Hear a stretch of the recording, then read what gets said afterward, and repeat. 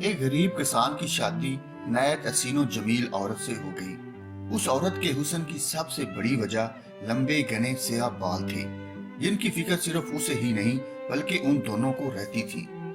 एक दिन किसान की बीवी ने अपने शोर से कहा, कल वापसी पर आते हुए रास्ते में दुकान से एक कंघी तो लेते आना, क्योंकि बालों को लंबे और घने रखने के लिए इन्हें बनाना संवारना बहुत जरूरी है। और फिर मैं कितने दिन हमसायों से कंघी मंगवाती रहूंगी। गरीब किसान ने अपनी बीवी से माजरत कर लिया और बोला, बेगम मेरी तो अपनी घड़ी का स्ट्राइप काफी दिनों से टूटा हुआ है।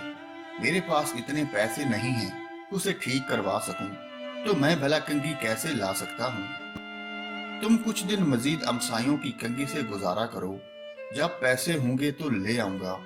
बीवी अपने शोहर की मजबूरी को समझ रही थी, इसलिए ज्यादा तकरार नहीं किया। किसान ने उस वक्त तो बीवी को चुप करवा दिया, लेकिन फिर अंदर ही अंदर अपने आप को कोसने लगा। मैं भी कितना बदबख्त हूँ कि अपनी बेगम की एक छोटी सी ख्वाहिश भी पूरी नहीं कर सकता। दूसरे दिन खेतों से वापसी पर किसान एक घड़ियों की दुकान पर गया और अपनी टूटी हुई घड़ी औने पौने दामों बेची और उससे मिलने वाले पैसों से एक अच्छी सी कंघी खरीदी और बड़ी राजदारी से छुपाकर घर की तरफ रवाना हुआ।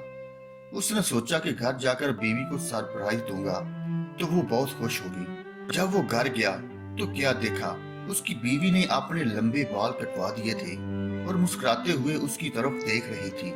किसान ने हैरत से पूछा, बेगम ये क्या किया तुमने? आपने बाल क्यों कटवा दिए? पता है वो तुम्हारे ऊपर कितने खूबसूरत लगते थे। बेगम बोली, मेरे सरदार, कल जब आपने कहा कि आपके पास घड़ी ठीक करवाने के पैसे भी नहीं हैं, तो मैं बहुत अफसुर्दा हो गई थी। चनाचे मैं आज करीब के ब्यूटी पार्लर पर गई थी और वहां अपने बाल बेचकर आपके लिए ये एक घड़ी लाई हूँ। जब किसान ने उसे कंघी दिखाई तो फरते जज्बात में दोनों की आंखें नम हो गई। मोहब्बत सिर्फ कुछ देने और लेने को ही नहीं कहते, बल्कि मोहब्बत एक कुर्बानी और एक इसार का नाम है, जिसमें अक्सर अपनी ख्वाहिशात और जज्बात को सिर्फ इसलिए कुर्बान कर दिया जाता है ताकि रिश्तों का तकद्दुस और एहतराम बरकरार रहे। अगर कहानी अच्छी लगी है तो इसको ज्यादा से ज्यादा लाइक और शेयर करें। मजीद अच्छी अच्छी कहानियों के लिए YouTube चैनल को लाजमी सब्सक्राइब कर लें और साथ लगी बेल को भी जरूर दबा दें। शुक्रिया।